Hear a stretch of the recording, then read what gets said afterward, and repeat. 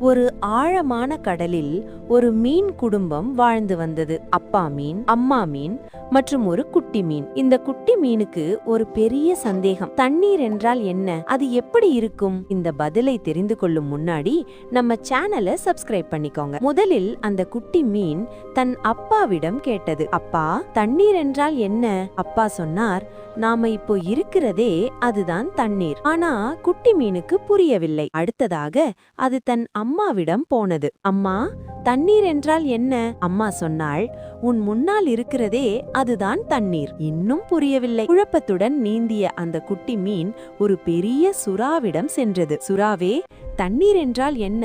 எனக்கு புரியும்படி சொல்லுங்கள். சுறா சொன்னது, வா, என் முதுகில் ஏறிக்கொள். சுறா தண்ணீரின் மேல் மட்டத்துக்கு சென்றது. சிறிது நேரம் கழித்து குட்டி மீன் மூச்சு விட முடியாமல் துடித்தது. உடனே மீண்டும் தண்ணீருக்குள் வந்தது. அப்போதுதான் அது புரிந்து கொண்டது, இதுதான் தண்ணீர். இதுபோல்தான் நாமும் நம்மை சுற்றி இருக்கும் அன்பையும் ஆரோக்கியத்தையும் உறவுகளையும் அவை இல்லாத போதுதான் புரிந்து கொள்கிறோம். நன்றி, வணக்கம்.